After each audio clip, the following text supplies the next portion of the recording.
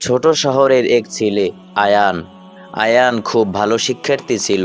নামাজ পড়তো ঠিক মতো, কিন্তু মাঝে মাঝে মোবাইল গেম আর বন্ধুদের আড্ডায় সময় চলে যেত। একদিন রাতে আয়ান ফ্রিজের সামনে দাঁড়িয়ে বলে, এখন একটু খেতে যাই, পরে নামাজ পড়ব। এক ধূসর কণ্ঠ যেন ঘরে ফিসফিস করে বলল, ঠিক আছে, একবার তো হবে না, পরের বার পড়বে আর কি। আয়ান হেসে ফোন নিয়ে সোফায় বসলো। 1 মিনিট, 2 মিনিট, রাত শেষ, সে ঘুমিয়ে পড়ল। পরদিন স্কুলে ক্লাসের বন্ধুদের সঙ্গে আড্ডায় হঠাৎ মনে হলো, আজ একটু গেম খেলি, পরে পড়াশোনা শুরু করব।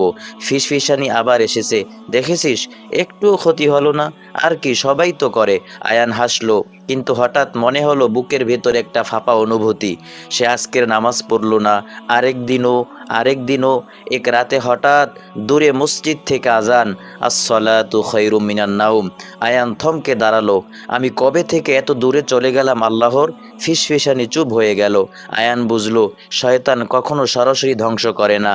সে ধীরে ধীরে ছোট ছোট মিথ্যা, দেরি, অজুহাত এবং একবার হবে না কথায় মানুষকে আল্লাহ থেকে দূরে সরিয়ে দেয়। আয়ান সিজদায় পড়ল, হে আল্লাহ, আমি এখনই ফিরে আসছি। ঘরে শান্তি নেমে এলো, ফিসফিসানি আর শোনা গেল না।